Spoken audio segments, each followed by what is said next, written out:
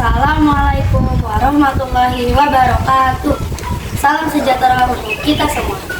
Teman-teman, perkenalkan kami dari SDN Sukabumi Utara 07 akan menyampaikan kampanye anti korupsi di sekolah kami.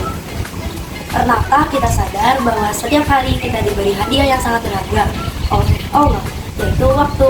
Sayangnya, seringkali kita sendiri yang menyia-nyiakannya. Seperti Sila Pancasila itu ada berapa? Makna yang pertama, yaitu sila pertama apa sila? Sila tersebut beribadah. Jangan makan banyak ya, seperti mengaji, makan orang, bekerja apa, berdoa sebelum dan setelah.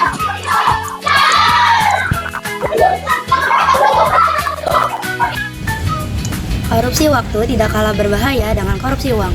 Korupsi waktu terjadi ketika kita terlambat datang ke sekolah, menunda-nunda tugas, mengobrol saat guru menjelaskan, atau bermain HP di jam belajar. Semua itu sama saja dengan mencuri waktu yang seharusnya kita gunakan untuk belajar dan meraih prestasi. Padahal waktu tidak bisa diputar kembali. Setiap menit yang hilang karena kita lalai tidak akan pernah kembali lagi. Kalau sejak kecil kita terbiasa mengkorupsi waktu, nanti saat dewasa kita akan menjadi pribadi yang tidak disiplin, tidak tepat waktu, dan sulit dipercaya. Korupsi jenis ini akan berdampak ke korupsi lain seperti Karena hari ini adalah hari Jumat, waktunya kalian untuk menyisihkan uang jajan kalian untuk bisa berbagi dengan yang lain. Yuk.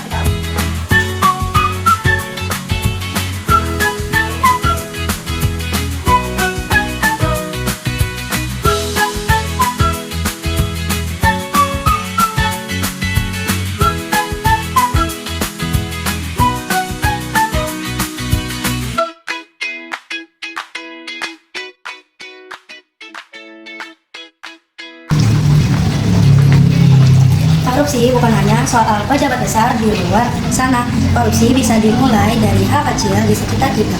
Misalnya, ketika ada yang mengambil uang kas kelas tanpa izin, memakai uang iuran untuk kepentingan pribadi, atau tidak membayar dengan jujur di kantin kejujuran. Itu semua juga bentuk korupsi kecil yang dampaknya bisa merugikan banyak orang.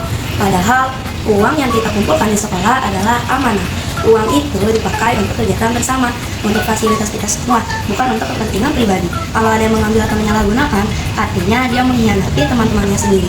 Korupsi jenis ini akan berdampak ke korupsi lain, seperti